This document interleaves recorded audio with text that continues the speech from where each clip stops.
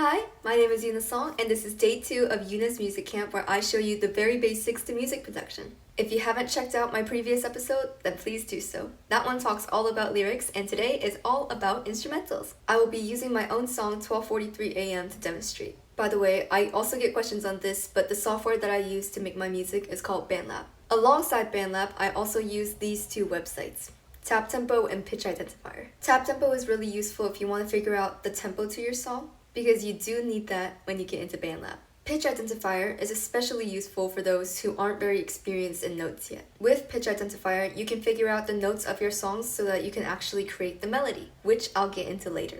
Okay, on to the actual instrumental part. In a song, usually, there are 4 parts: the drums, bass, actual melody, and then your vocals. The drums keep the tempo of your entire song.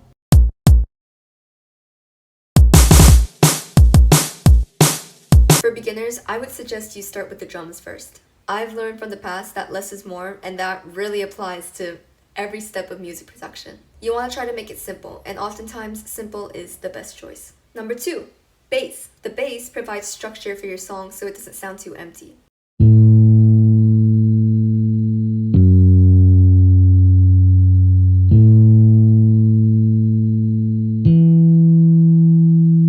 Now, depending on your preference, you might want to have a more detailed bass, but for beginners, I would suggest whole notes. Whole notes are 4 beats in a measure. It's just going to heighten your song a little bit and create stability. Now, onto the actual melody. If you guys didn't know already, the melody is the main part of your song.